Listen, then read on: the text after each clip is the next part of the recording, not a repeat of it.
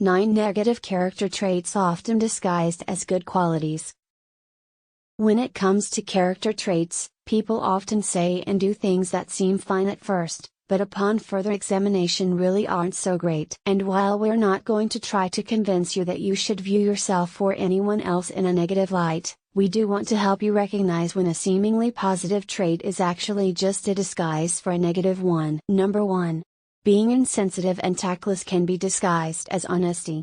Honesty is an important part of communication, but it's not always the best policy to tell people exactly what you're thinking. It's easy to say things without considering how they will affect the other person. But, if you don't have tact or have a tendency to be insensitive, you'll likely end up saying something that will hurt someone's feelings or make them feel really uncomfortable. Being able to recognize this trait in yourself is important because it means that you can work harder at being more sensitive toward other people's feelings and being more thoughtful about how your words affect them. Number 2. Controlling can be disguised as being organized and detail-oriented. Being organized and detail-oriented are often seen as great qualities to have, but they can also be a sign of something less positive. If you're always the one who takes on the task of organizing and planning events or projects, it's possible that you have a hard time trusting others to do things the way you think is best. And you get extremely frustrated when other people don't seem to care about getting every single thing right. If you're the type of person who wants everything their way. Number 3. Laziness can be disguised as patience, but it's important to do so if you want to avoid letting laziness get in the way of your success. Patience means having the ability to wait for something you desire without acting out in frustration or anger. Laziness means that you don't want to do something that will take effort or time on your part. If you're lazy, you might be able to trick people into thinking that you're actually a patient person by making up excuses for why you don't want to do something. Like telling them that you just don't want to rush things. But when it comes down to it, if you're lazy, then you'll just end up waiting for something to happen. It's not like you'll ever do anything about it. Number 4.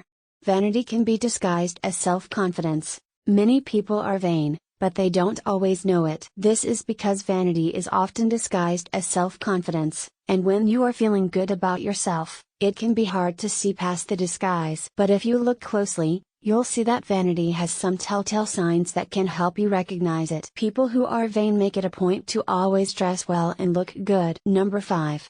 Being demanding can be disguised as having high standards. While having high standards may not seem like a bad thing, you have to be careful with this one. If you're demanding, you might think that you're just holding yourself to higher standards than other people. If you're constantly pushing others to meet your standards or expecting things from them that they don't have the ability or resources to do, your demands will only create stress and tension. Number 6.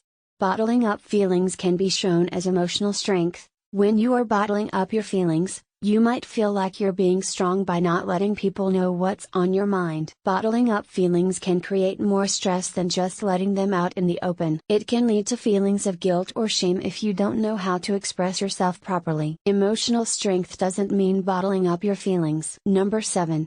Being judgmental can be disguised as having good values.